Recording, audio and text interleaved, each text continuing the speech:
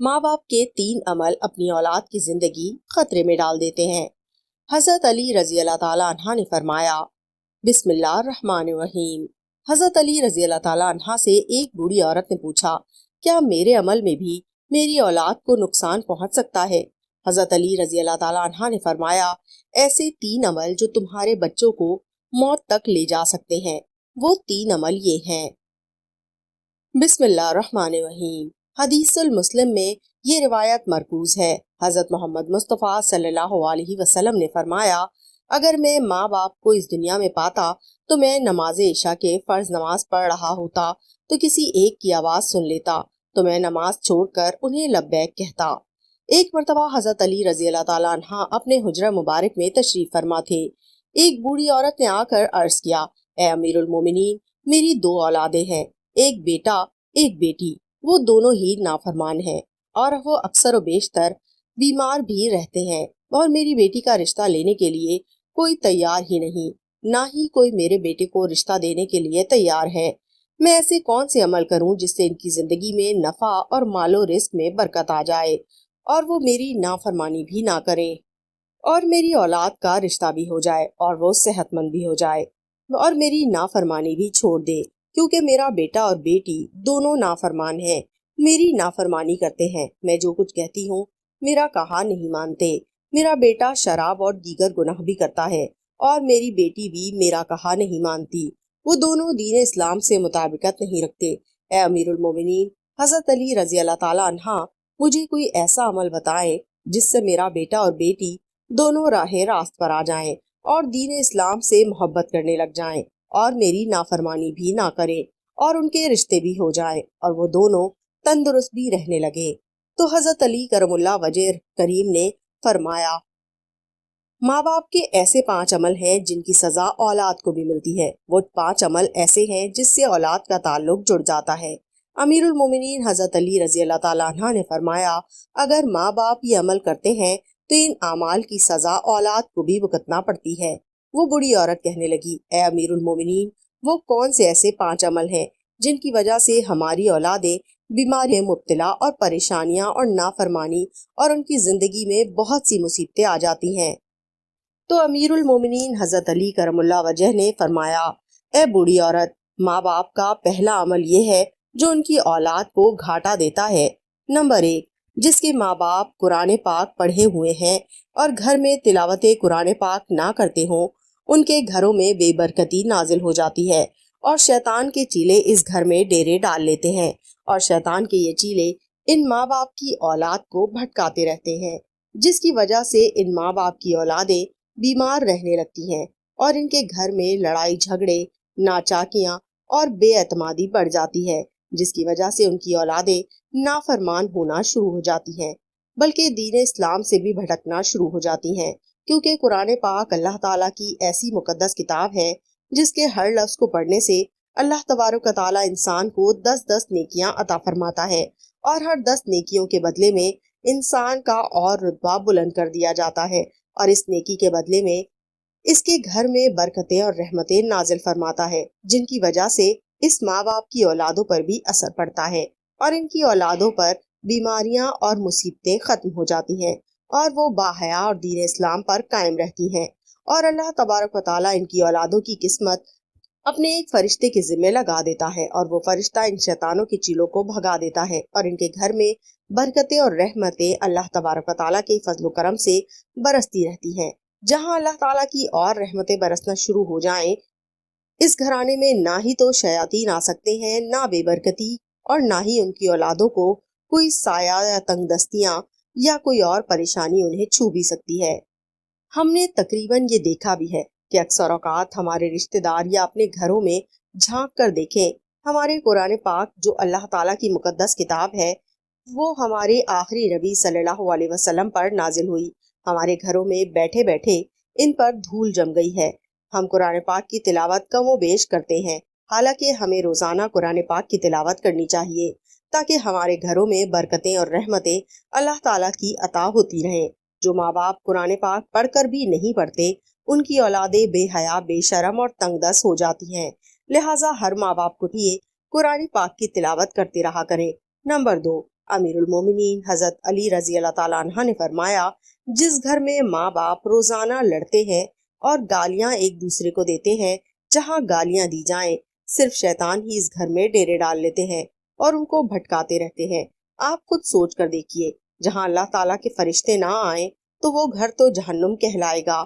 اللہ کے فرشتے تو صرف یہودیوں اور مشرکوں کے گھر میں نہیں آیا کرتے، کیونکہ حضور اقدس صلی اللہ علیہ وسلم کا فرمان مبارک ہے، ایک دوسرے کو گالیاں دینا دین اسلام میں حرام ہے، کیونکہ ماں باپ کو دیکھ کر ہی اولاد جوان ہوتی ہے۔ جیسا طرز عمل ماں باپ کا ہوگا، اولاد بھی وہی عمل اختیار کرے گی۔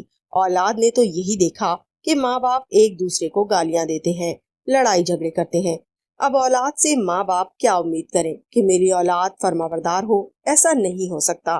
اس لیے حضرت علی رضی اللہ تعالیٰ عنہ نے فرمایا کہ ماں باپ کو چاہیے کہ دین اسلام میں جو بولنے کے طریقے بتائے گئے ہیں وہی اختیار کریں، تاکہ ان کی اولادیں وہ سن کر ان پر اثر کریں۔ اس طرح آپ کی اولادیں نافرمان اور بے حیا نہیں ہوں گی، اور دیگر مصیبتوں سے بھی آپ کی اولاد بچی رہے گی، بلکہ اپنے گھروں میں حدیث کی باتیں کیا کریں، حضور اقدس صلی اللہ علیہ وسلم کا فرمان مبارک سنایا کریں۔ اپنی بیٹیوں کو حضرت فاطمہ الزہرا رضی اللہ تعالیٰ عنہا یا حضرت اماں عائشہ رضی اللہ تعالیٰ عنہا کی باتیں بتایا کریں، بلکہ باپردہ اور پاکیزہ قصے بھی سنایا کریں، تاکہ ہماری بیٹیاں باحیا اور فرما بردار ہوں۔ اس لیے ماں باپ کو چاہیے دین اسلام کی طرز پر ہی بولا کریں، تاکہ ان کی اولادیں بیماریوں سے اور نافرمانیوں سے بچ سکیں۔ نمبر 3، مولا علی رضی اللہ تعالیٰ عنہ فرماتے ہیں، ماں باپ کی بے پردگی کی وجہ سے ان کی اولادوں پر خطاؤں یا بیماریوں کا حملہ ہوتا ہے۔ حدیث صحیح بخاری میں ابو ہریرہ رضی اللہ تعالیٰ عنہ سے روایت ہے، حضور اقدس صلی اللہ علیہ وسلم نے فرمایا، جو پردہ دار عورت ہوگی اس پر جنت واجب ہے، جو بے پردہ عورت ہوگی اس پر جہنم واجب ہے۔ جہاں بے پردگی ہوگی وہاں اللہ تعالیٰ کے فرشتے ایسے گھروں میں رہنے والے انسانوں کے لیے بد دعائیں کرتے ہیں، اور شیطان نیچے بیٹھ کر ان کے گھروں کو اپنا بصیرہ بنا لیتے ہیں۔ جہاں بے پردگی عام ہو وہاں ماں باپ کی اولادیں بے حیا، نافرمان اور غلط کاموں میں پڑ جاتی ہیں۔ یہی نہیں بلکہ ان کی اولادوں کو مصیبتیں اور پریشانیاں اپنا مقدر بنا لیتی ہیں۔ یہ سب ان کے ماں باپ کی بے پردگی کا نتیجہ ہوتا ہے۔ جہاں بے پردگی ہوگی وہاں اللہ تعالیٰ کی رحمت اور برکت کبھی نہیں آئے گی، اور ان ماں باپ کی اولادیں ہر فتنے اور شر سے محفوظ نہیں رہ سکیں گی، کیونکہ جو اللہ تعالیٰ کے فرشتے بلاؤں اور خطاؤں کو ٹالتے ہیں وہ تو اس گھر سے چلے جاتے ہیں ان کی بے پردگی کی وجہ سے، اور وہ اولادیں اپنے ماں باپ کا ادب نہیں کرتی، بلکہ اس گھر کی اولادیں کسی مصیبت یا پریشانیوں میں ہمیشہ کے لیے مبتلا رہتی ہیں۔ اور ہم نے اپنے آس پاس بھی یہی دیکھا ہے، جہاں بے پردگی ہوتی ہے وہاں دنیاوی الفاظ بھی جڑے رہتے ہیں۔ جہاں بے پردگی ہوتی ہے ان ماں باپ پر اللہ تعالیٰ کی ناراضگی ہوتی ہے، لیکن دنیا بھی ان کو اچھی نظروں سے نہیں دیکھا کرتی۔ اس لیے ماں باپ کو چاہیے کہ اپنے پردے کا خاص انتظام کرے اور اپنی اولادوں کو بھی پردے کی تلقین کرے، تاکہ ان کی باحیا بیٹیاں حضرت فاطمہ زہرا رضی اللہ تعالیٰ عنہ کی پیروی کر سکے۔ ہم نے یہ سب باتیں سن رکھی ہیں۔ دنیا کہتی ہے اپنے دل پر قابو ہونا چاہیے اور دل کا پردہ ہونا چاہیے۔ ناظرین ذرا غور فرمائیں، آپ کا دل حضرت فاطمہ زہرا رضی اللہ تعالیٰ عنہ جیسا تو کبھی مضبوط نہیں ہو سکتا، نہ ہوگا۔ حضرت فاطمہ زہرا رضی اللہ تعالیٰ عنہ کو حضور اقدس صلی اللہ علیہ وسلم شادی کے بعد اپنے گھر لے کر جا رہے تھے۔ آگے راستے میں ایک نابینا صحافی بیٹھا ہوا تھا۔ حضرت فاطمہ رضی اللہ تعالیٰ عنہ نے اپنے چہرے مبارک پر پردہ ڈال لیا۔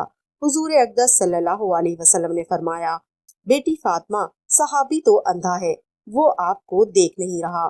حضرت سیدہ فاطمہ رضی اللہ تعالیٰ عنہ نے فرمایا، بابا وہ اندھا ہے، میں تو اسے دیکھ سکتی ہوں۔ ناظرین یہ ہمارے لیے صرف حضرت فاطمہ اور حضور اقدس صلی اللہ علیہ وسلم کا ایک نمونہ تھا۔ اپنے پردے کو اپنی زندگی کا مقصد بنا لیں۔ آپ کو نہیں معلوم کہ یہ مشرکوں اور یہودیوں کی چال ہے۔ ہماری پاک دامن بیٹیوں اور بہنوں کو وہ ورغلا رہے ہیں تاکہ وہ پردہ نہ کریں۔ یہ ہماری ثقافت اور دین اسلام کے خلاف ہے۔ پردہ عورت کا زیور ہے، اور عورت زیور کے بنا اچھی نظر نہیں آتی۔